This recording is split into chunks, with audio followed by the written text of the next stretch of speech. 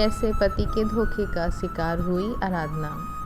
आजकल आपके टूर बहुत लग रहे हैं। क्या बात है जनाब। आराधना सुनील से चुहलबाजी कर रही थी। क्या करूं, नौकरी का सवाल है, नहीं तो तुम्हें छोड़कर जाने का मेरा मन बिल्कुल भी नहीं करता है। सुनील ने भी हंसी का जवाब हंसी में दे दिया। पहले तो ऐसा नहीं था, फिर अचानक इतने ज़्यादा टूर क्यों हो रहे हैं। इस बार आराधना ने संजीदगी से पूछा। तो क्या घर पर बैठ जाऊं? सुनील को गुस्सा आ गया। इसमें इतना गुस्सा होने की क्या बात है, मैं तो यूं ही पूछ रही थी। आराधना बोली, जैसा कंपनी कहेगी वही करना पड़ेगा। ठीक है, पर तुम मुझ पर शक क्यों कर रही हो? सुनील ने कहा, जैसे मैं किसी और से मिलने जाता हूँ, है ना? अरे मैं तो मजाक कर रही थी। आराधना ने कहा, तुम्हारे मन में ऐसे ऐसे ख्याल आ जाते हैं जिसका कुछ भी मतलब नहीं होता है। तभी दरवाजे की घंटी बजी। जब दरवाज़ा खोला तो सामने पड़ोसन रागनी खड़ी थी। आओ रागनी भाभी, अचानक कैसे आना हुआ? आराधना ने पूछा। तुम्हें पता है नंदिनी कि आजकल कॉलोनी में क्या हो रहा है? ऐसा क्या हो रहा है जो मुझे नहीं पता? अरे पिछले कई दिनों से एक पगली इस कॉलोनी में आई हुई है और सब बच्चे उसे छेड़ते रहते हैं। हाँ, मैंने भी उसे देखा है, पर बच्चों को ऐसा नहीं करना चाहिए। अभी वे दोनों बातें कर ही रही थीं कि बाहर बहुत शोर सुनाई दिया। दोनों घर के बाहर आ गईं। आराधना ने देखा कि एक लड़की भाग रही थी और कुछ बच्चे उसके पीछे भाग रहे थे। आराधना ने उन बच्चों को डांट लगाई और उसे अपने साथ घर में ले आई। अंदर आते ही वह लड़की बेहोश हो गई। आराधना ने उसके चेहरे पर पानी के छींटे मारे। होश में आने पर वह आराधना से लिपटकर रोने लगी। आराधना ने लड़की से उसका नाम पूछा, लेकिन वह चुप रही। फिर वह ज़ोर ज़ोर से चिल्लाने लगी और आराधना से ऐसे लिपट गई जैसे उसे कुछ याद आ रहा हो। आराधना ने उसे आराम से बैठाया और उसे खाने को दिया तो वो फटाफट 5-6 रोटियां खा गई, जैसे बहुत दिनों से भूखी हो। कौन हो तुम? पड़ोसन रागनी ने उस लड़की से पूछा। तो वह चुप रही। कई बार पूछने पर वो बोली, रेवा। रेवा। आराधना, पता नहीं ये कहाँ से आई है, अब इसे यहाँ से जाने को कह दे। रागिनी ने आराधना को सलाह दी। कैसी बातें कर रही हो भाभी, कुछ देर आराम कर ले, फिर जाने को कह दूंगी। आराधना बोली, देख मैं कह रही हूँ कि ऐसे लोगों से दूर ही रहना। रागिनी ने उसे फिर से समझाने की कोशिश की। भाभी, आपको पता है कि मैं एक एनजीओ में काम कर रही हूँ, मैं उनसे बात करूँगी, आप परेशान ना हो। आराधना बोली, ठीक है, जैसी तुम्हारी मर्जी, कहकर रागिनी चली गई। आराधना जब वापस आई तो देखा कि वह लड़की कमरे के एक कोने में दुख की डरी सहमी बैठी थी। आराधना ने उसे आवाज़ लगाई, रेवा। वह कुछ नहीं बोली, बल्कि और सिमट कर बैठ गई। आराधना उसके पास गई और पूछा, रेवा नाम है ना तुम्हारा? उस लड़की ने धीरे से अपना सिर हाँ में हिला दिया। आराधना ने उससे कहा, देखो डरो नहीं, बताओ तुम कहाँ से आई हो, हम तुम्हें तुम्हारे घर पहुँचा देंगे। वह लड़की इतना ही बोली, मेरा कोई घर नहीं है बीबी जी। आराधना को हैरानी हुई कि यह तो कहीं से पागल नहीं लग रही है। अचानक उस लड़की ने आराधना के पैर पकड़ लिए। आराधना को उसका बदन गर्म लगा। ऐसा लगता था जैसे उसे बुखार हो। अच्छा ठीक है, आज की रात तुम यहीं रह जाओ, कल मैं तुम्हें अपने साथ संस्था में ले जाऊंगी। बीबी जी, आप मुझे अपने पास रख लो, मैं घर का सारा काम करूंगी। कहकर वह फिर से रोने लगी। अच्छा, आज तो तुम यहीं रहो, फिर कल देखेंगे, आराधना बोली। सुनील रात को काफ़ी देर से आया था, सो उसे उस लड़की के बारे में कुछ नहीं पता था। अगली सुबह आराधना ने सुनील को उस लड़की के बारे में बताया।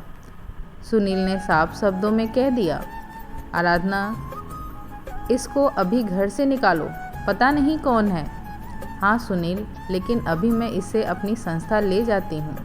मैं रात को घर आऊँ तो मुझे कोई बखेड़ा नहीं चाहिए, कहकर सुनील चला गया। आराधना नीचे आई तो देखा कि उस लड़की को तेज बुखार था। रात को सुनील ने आराधना से पूछा, क्या वह लड़की चली गई? आराधना ने कहा, नहीं, क्यों? सुनील बोला, सुनील, उसे बहुत तेज बुखार है और ऐसी हालत में वह लड़की कहाँ जाएगी? अगर मर गई तो मुझे नहीं पता। कहते हुए सुनील नीचे चला गया। वहाँ वह लड़की बेहोश पड़ी थी। पता नहीं क्यों सुनील उसे देखकर हैरानी में पड़ गया। आराधना, शायद तुम ठीक कह रही हो। अगर यह यहाँ से गई तो मर गई तो क्या होगा? फिर क्या करें? ऐसा करते हैं, जब तक यह ठीक नहीं हो जाती इसे अपने पास ही रख लेते हैं। ठीक है। आजकल करते करते कई दिन हो गए, पर रेवा वहाँ से न जा सकी। वैसे आराधना अब तक सिर्फ इतना ही जान पाई कि वह एक पहाड़ी लड़की थी और किसी बाबूजी से मिलने आई थी। तुम्हें यहाँ कौन छोड़ गया है? आराधना ने पूछा। मेरे गांव के कई लोग यहाँ पर फेरी लगाने आते हैं। उन्हीं लोगों के साथ मैं भी आ गई। देखो, अगर तुम हमें अपने गांव का नाम पता बता दोगी तो हम तुम्हें वहाँ पहुँचा देंगे, आराधना ने कहा। मैं पहली बार अपने गांव से बाहर निकली हूँ और मुझे यह भी नहीं पता कि मेरे गांव का क्या नाम है। पता नहीं वह सच बोल रही थी या झूठ, पर आराधना को उसकी बातों पर कभी भरोसा हो जाता तो कभी नहीं। अभी रेवा को आए कुछ ही समय बीता था कि आराधना को पता चला कि वह माँ बनने वाली है। आराधना हैरानी में पड़ गई थी कि अब वह क्या करे। उसने रेवा से पूछा कि यह सब क्या है, कौन है इस बच्चे का पिता? लेकिन रेवा का एक ही जवाब होता, बीबी जी, मुझे नहीं पता। शायद पागलपन के दौरे में मेरा किसी ने फ़ायदा उठा लिया होगा। तू याद करने की कोशिश तो कर, शायद याद आ जाए। नहीं बीबी जी, क्योंकि जब मुझे दौरा पड़ता है तो उस वक्त की सारी बातें मैं भूल जाती हूँ। आराधना को कुछ भी समझ नहीं आ रहा था कि वह क्या करे। उसने सुनील से बात की। यह सब सुनकर वह भड़क उठा। मैंने तो पहले ही कहा था कि इस झंझट में मत फंसो। अब भुगतो तो क्या इसे घर से निकाल दूँ? अब क्या घर से निकालोगी? रहने दो।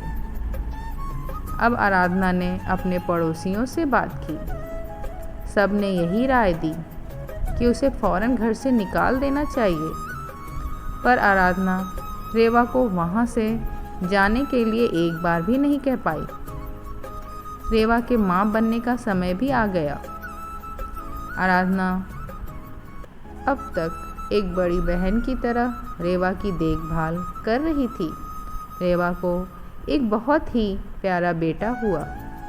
उस बच्चे को देखकर आराधना को अपने बच्चों के बचपन याद आ गए।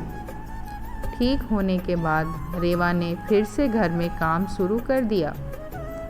सब कुछ ठीक चल रहा था कि अचानक एक दिन सुबह आराधना ने देखा कि रसोई बिखरी पड़ी है।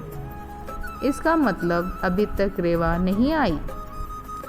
कुछ देर उसका इंतज़ार करने के बाद आराधना उसके कमरे में आई तो देखा कि रेवा कमरे में नहीं थी।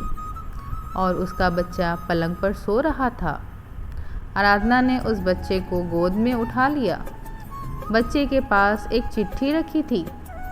आराधना ने उसे पढ़ना शुरू किया। दीदी, मैं पागल नहीं हूँ, लेकिन मुझे पागल बनना पड़ा, क्योंकि अगर मैं ऐसा नहीं करती तो आप मुझे अपने घर में नहीं रखती। मैं बहुत गरीब घर से हूँ। कुछ समय पहले सुनील साहब मेरे गांव आए थे। उन्होंने मुझे एक अच्छी ज़िंदगी के सपने दिखाए, लेकिन बदले में आपने जान ही लिया होगा कि मैंने कितनी बड़ी कीमत चुकाई है। दीदी, मैंने ही साहब को मजबूर किया था कि अगर वे मुझे अपने घर में नहीं रहने देंगे तो मैं आपको सब कुछ बता दूंगी। साहब जैसे भी हैं, लेकिन वह अपना घर नहीं तोड़ना चाहते थे। अगर मैं चाहती तो आपके घर रह सकती थी, लेकिन मैं जानती हूँ कि सच को ज़्यादा दिनों तक नहीं छिपाया जा सकता।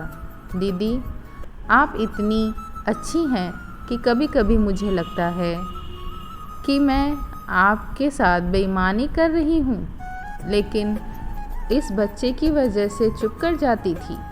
दीदी, अब यह आपका बच्चा है। आप जैसे चाहें इसकी परवरिश कर सकती हैं।